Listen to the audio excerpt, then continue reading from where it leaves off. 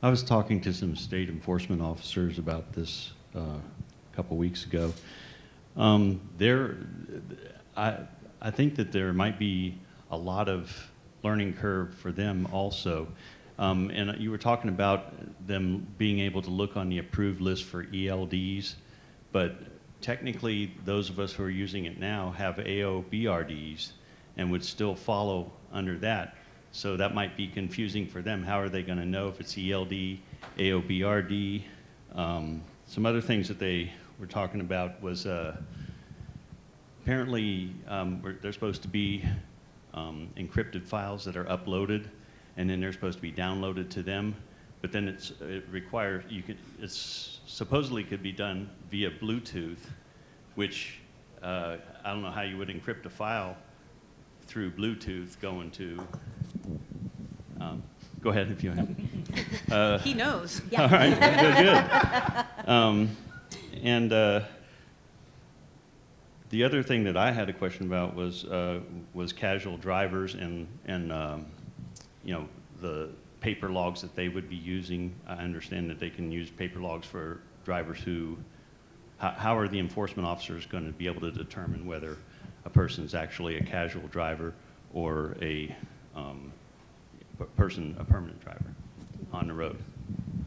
I can answer the Bluetooth question at least. Do the other two. I can't do the casual driver one. But the Bluetooth question, the Bluetooth data transfer method, there's an encryption process that happens to send the file up. But the way the Bluetooth method works, and there's been a lot of confusion around the Bluetooth method in particular, it and email, there's been a lot of confusion about. All the Bluetooth method is you've got, like, your phone has that hotspot feature where you can, get online with your laptop using your phone, or you can get, whatever it is. It's essentially the roadside inspector has a Bluetooth-based hotspot that the ELD will use to connect to the internet, and then use basically the web services data transfer method to send the file up. And that method itself has an encryption process. So it makes a secure connection into FMCSA systems, sends the data up that way, and then software on the inspector's laptop will pull that data down, also encrypted. So that's how that piece of the encryption process works on the regulation rules. So going back to your original question, really more of a statement, yeah, there's absolutely going to be a learning curve. There's no doubt about this. It's just as new for the enforcement community as it is for the driving community and the motor carriers. That's to be expected. Like I said, we are working right now on, I don't want to say daily, but on a weekly basis with NTC and FMCSA to prepare the training for the inspectors. And once NTC and FMCSA are ready to roll that out, we will provide every level of support to them to make sure that the information gets out to the roadside community so that they are ready in December to use these devices. There are going to be 100 questions that pop up between now and then even after December. We're going to. Well, I was trying to be optimistic. There's going to be a lot of questions, just like there is now for the hours of service rules and all the other regulations. There's always the, what about this scenario that has to be nailed down, and there will be interpretations that get published, and we will certainly put out inspection bulletins and guidance to the inspectors based on these scenarios. So much like the other pieces of regulation, we will, as issues or concerns or issues pop up, we will address them as quickly and as effectively as possible. Do you want to speak to the casual driver versus, or because we were talking? Do you want? Okay. When you're mentioning the casual driver, you're referring the 8 days and 30 that you can continue to use the paper rod. Is that what you're talking about? Okay. Yeah, that is one of the limited exemptions to the ELD rule. Of course, if your drivers, currently do not have to prepare a record of duty status because they meet the short haul provision, which would be the 100 air mile radius for the 100 air mile radius for any carrier, and then the 150 air mile radius for like the non-CDL driver. If you can continue to use that short haul provision, you do not have to use the ELD. Now, what he's referring to is what we call the infrequent driver, which means, that driver normally hits, that exemption, that short haul provision, but yet that driver may do occasional trips outside the 100 air mile radius where they have to prepare a record of duty status.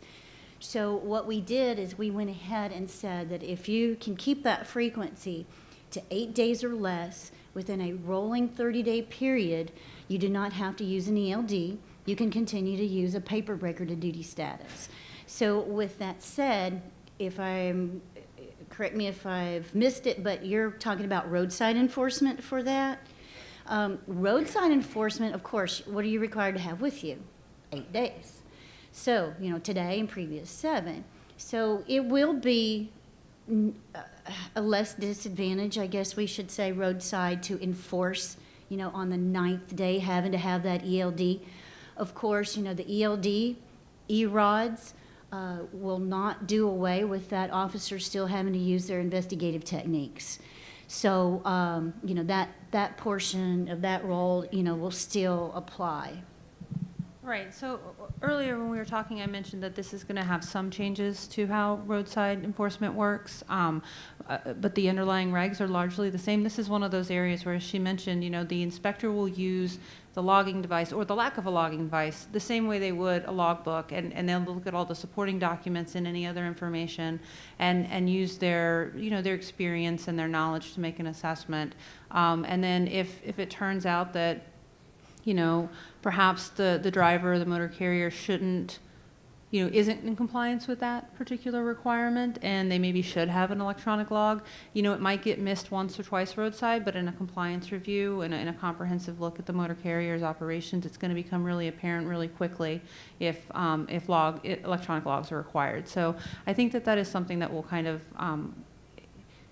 it will be part of the training process, and we'll work to educate the inspectors on what to look for, but they're still going to have to use the supporting documents and all of the other pieces of information that they use now. It's just a different form that the information's taking.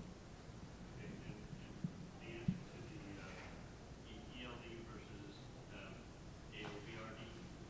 Right, ELD versus AOBRD. So this is another one of those things that I think once we have a little bit more information from the agency and everything's ready to run, we'll have a more specific answer. So please don't hold me to this, but I will tell you we will figure it out. I think one way would be, rather than looking at the approved list, to be looking at the unapproved list as well, because if you've got an AOBRD, you're not going to be on the approved list, right? But you're an AOBRD device, and the inspectors are going to know what to look for through their training. So they'll know what to look for. So then the only thing to do would be to check and make sure it's not an ELD that's been, unapproved. And so it'll be a little bit of investigating on the inspector's part, but they will be aware of the AOBRD grandfather provision. They're going to know that there's going to be the mixed fleet out there for a couple of years, and it's something we'll prepare them to look for.